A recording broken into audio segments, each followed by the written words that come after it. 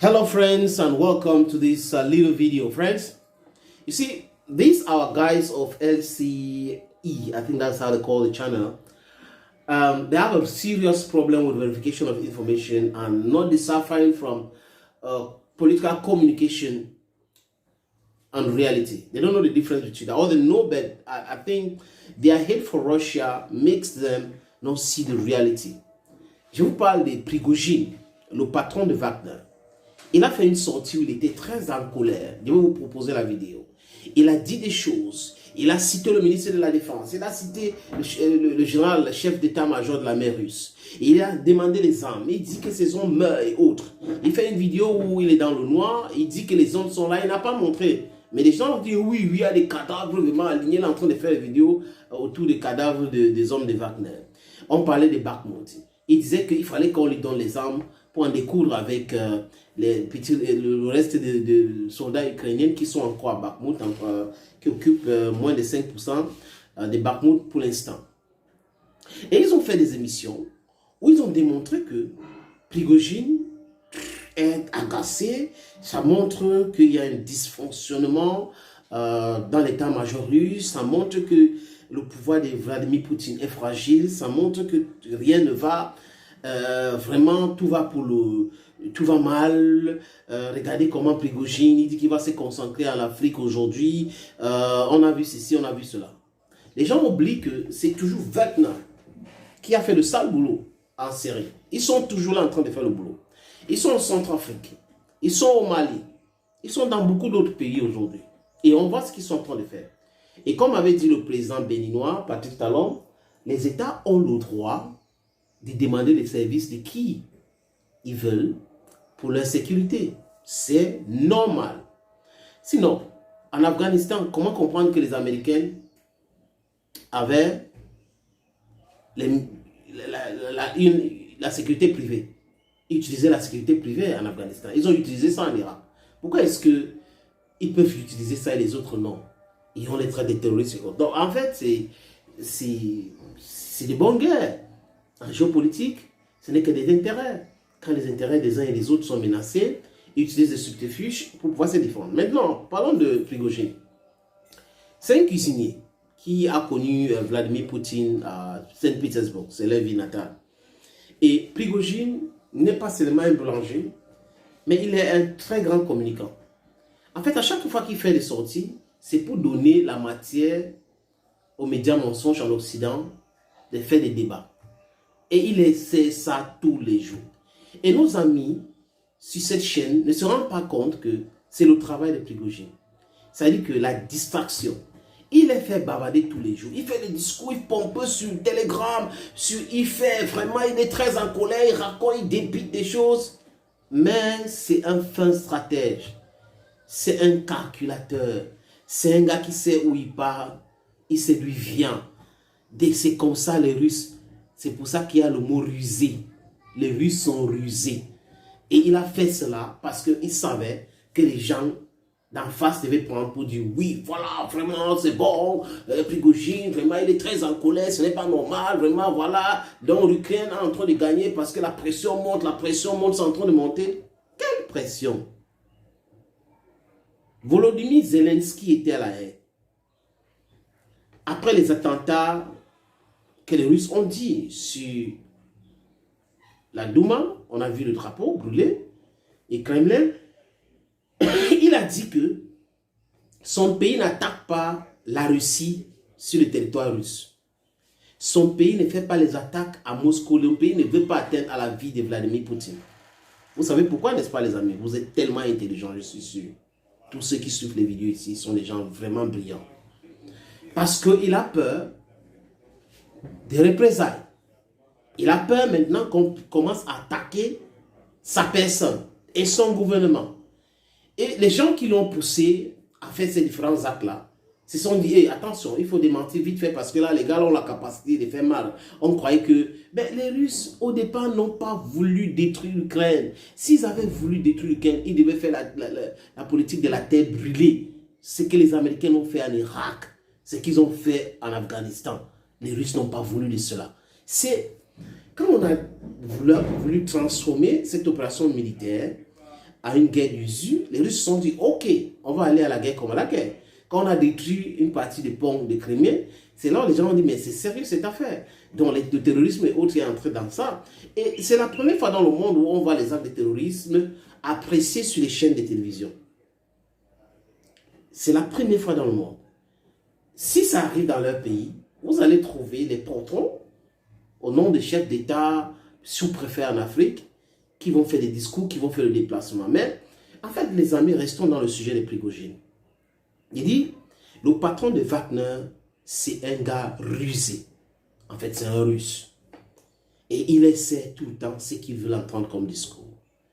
Il n'y a jamais de problème dans la relation entre Wagner, son patron, le chef d'état-major de l'armée russe, le ministre de la Défense, ni le président Poutine. C'est qu'ils ont compris que les Occidentaux adorent la désinformation. Donc du coup, on va les servir cela. Et c'est ce qu'ils font tous les jours pour nourrir les plateaux de débat de LCI et beaucoup d'autres chaînes. Et vous regardez les chaînes anglo-saxonnes aujourd'hui, ils ont mis un bémol là. Ils ne parlent pas trop de l'Ukraine parce qu'ils savent. Les généraux américains l'ont dit, Washington Post a dit, New York Times, beaucoup, The Guardian a parlé de ça. L'Ukraine ne peut jamais gagner la guerre. Pas possible, ni aujourd'hui ni demain. Et cette contre-offensive serait une bluff. Ah oui, parce qu'il faut des hommes, il faut des munitions, harmoniser tout cela pour faire une contre-offensive. Et si on lance cette contre-offensive et que la Russie brûle tous ces armes-là, il va falloir recommencer à penser autre chose. Je crois qu'aujourd'hui, il est temps de penser négociation que de penser la division au sein de l'appareil russe, Prigojine ceci, Prigojine cela. Les amis, je vais vous proposer de regarder la vidéo là où Prigojine les a mis tous dans la sauce. On regarde. Yes, Prigojine. À qui sont tous ces morts? À des pères, à des grands-pères, à des fils et à tous ceux qui ne nous donnent pas ces putains de munitions. Ils finiront tous par brûler en enfer. Ah ouais?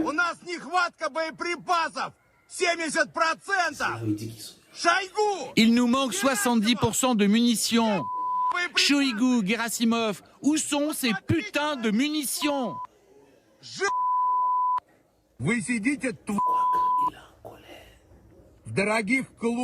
Regardez les corps. Vous vous prélassez dans les clubs les plus luxueux. Vos enfants s'amusent. Ils font des vidéos sur YouTube.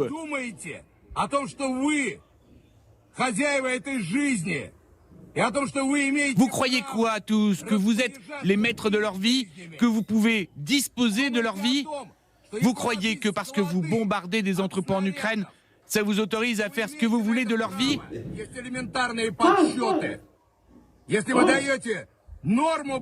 Il y a un calcul simple à faire.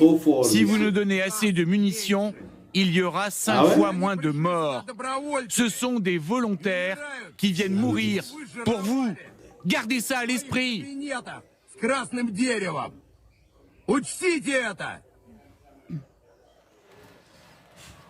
Voilà, alors le détail sordide que je ne vous avais pas donné, c'est qu'il fait cette vidéo dans le noir devant des cadavres. Ouais. Des cadavres qu'il désigne à un moment, en disant vous êtes les responsables de ce qui se passe là. J'évoquais un Prigojine modérateur tout à l'heure, ça redonne la dimension du personnage. Bon, grosse colère, il nomme Shoigu, il nomme Gerasimov. Il a l'air à bout ou pas? Il surjoue. Comment on peut interpréter cette... Il est dans un coin là parce qu'il a promis de prendre Bakhmout, ça fait 8 mois qu'il ne le prend pas. Il a recruté des gens en leur promettant de gros salaires et la gloire et la rédemption par rapport à la citoyenneté russe, etc. Donc en fait les gens meurent. Donc il collectionne les échecs et donc là il lutte pour sa survie et il est très probable effectivement qu'on lui mesure les livraisons en munitions. Hein. Oui. Donc on sent bien là, le personnage, il est véhément. Ce n'est pas uniquement de la comédie. Hein. C'est donc il ne se reçoit rien. De fait, on le laisse tomber entre guillemets. Il y a eu des allers-retours. Hein. Il avait fait un chantage, il a reçu des armes, il a dit ok, elles sont arrivées. Maintenant, à nouveau, il pique cette colère. Comment vous l'entendez? Qu'est-ce qui vous frappe, Anastasia? Moi, ce qui me frappe, c'est si on compare avec ses déclarations précédentes. Il a donné une interview il y a quelques semaines en disant que ses soldats étaient ravis de mourir, ou bien quand ils étaient blessés, ils étaient heureux. Donc il était outrancier dans cette interview. Là, il est à nouveau outrancier. En fait, et il veut se décharger. Et il veut dire que la mort de ces soldats, c'est pas de sa faute, c'est la faute à Shoigu, etc. Et pour même continuer à recruter dans son armée privée. Alors, il entretient ce fil, puisque là, cette vidéo, elle a quelques heures, c'était de nuit, et là, il y a une demi-heure. Voilà ce qu'il déclare. Le 10 mai 2023, nous sommes le 5, nous serons obligés de transférer des postes dans Bakhmout aux unités du ministère de la Défense. Je retire les unités Wagner de Bakhmout en l'absence de munitions. Il donne une date, c'est nouveau, amiral. Ça, il me semble que ça signifie que la confiance lui est retirée. Bon, quelle image de non-cohésion, si vous voulez, quand vous attendez la précédente production de Prigojine. Et là, maintenant, il dit, on me retire, parce que c'est grosso modo ça, on me retire la responsabilité de Bakhmout maintenant que je l'ai presque pris. C'est quelque chose d'assez impressionnant dans la trajectoire de Wagner et de Prigojine en particulier, parce que la violence précédente était telle qu'on ne pouvait que difficilement imaginer que Poutine tienne encore en laisse Shoigu et Gerasimov pour qu'il n'y ait aucune réaction. Alors, il ne faut pas s'attendre à les entendre parler, mais l'action, c'est celle-là. C'est-à-dire qu'on retire manifestement à Wagner la responsabilité de mener une partie de ces attaques. Allons plus loin. Est-ce que ça veut dire que les Russes sont en train de perdre à Bakhmout ? Moi, je n'en tirerai pas cette conséquence. Il me semble simplement qu'on redonne peut-être aux armées russes une cohésion qu'elles avaient un peu perdue avec cette espèce de kyste qu'était Wagner autour de Bakhmout. Parce que, quand même, se faire attaquer de cette façon-là par ses propres grands chefs, même Rommel ne le faisait pas avec Hitler. C'est quand même quelque chose de totalement impressionnant. Enfin, pour nous, bien sûr, impensable. C'est comme si Rommel avait fait une diatribe aussi violente à l'égard d'Hitler en pleine guerre. Là, il ne met pas en cause Poutine, il met en cause... Non, mais il s'en approche de plus en plus. Et surtout, il était évincé. Oui. Shoigu, Gerasimov, il y a qui derrière ? Oui, mais comme Poutine joue sur tout le clavier, ça fait. Là, je n'exclus pas quand même qu'il y ait une certaine gesticulation. Poutine est toujours préservé dans les déclarations de. On avait su, d'ailleurs. Franchement, les amis, quand ils ont écouté ça, ils se sont dit vraiment, il est vraiment en colère. Vraiment, rien ne va. Ça ne va pas. Hein, le discours. Franchement, Prigojine en colère, il va laisser Bakhmout. Et franchement, ça va se passer comment? Les hommes de Kadyrov assurent la sécurité, la police, chaque territoire libéré selon les Russes. Et Prigojine maintenant, si on ne lui donne pas les armes, le 9 mai, qui est aujourd'hui, ses forces vont quitter Bakhmout. Les amis, hier, on a compris que ces forces ne devaient pas quitter Bakhmout. Désolation sur les différents médias. Et c'était un Ukrainien qui avait cru à ces vociférations de certains médias qui disent qu'ils analysent la situation en Ukraine aujourd'hui. Ça, c'est un grand communicant. C'est un communicateur politique. Il fait de la communication politique avec maestrat. Et il réussit cela parce qu'il a les oreilles qui veulent entendre ça. Il y a des gens qui reçoivent ça. Donc, du coup, il doit les servir ce genre de discours. Et il les a servis.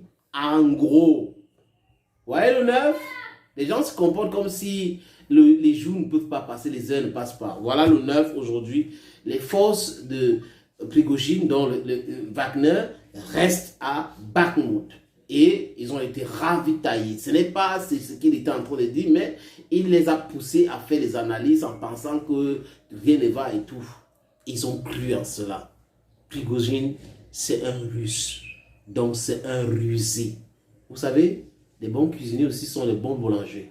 Donc, ils vous en mélangent comme la farine. Mélangez comme la farine et vous mettent dans la sauce. Et là, les prochains débats seront sur quoi? David Pujadas. On attend les prochains débats. Hein? Les grandes interviews politiques, les émissions, la matinale et autres sur votre chaîne. Parce qu'en fait, ça vous donne de l'audimat. Les gens regardent et tout, c'est bien. Mais est-ce que vous ne savez pas que vous-même, qu'il y a ce que vous dites et la réalité, il y a there is a long line. There's a very long line between the reality and what you're saying on your platform every day. Ladies and gentlemen, it was a pleasure having you watch this other video on this platform. God bless you all. Bye-bye for now.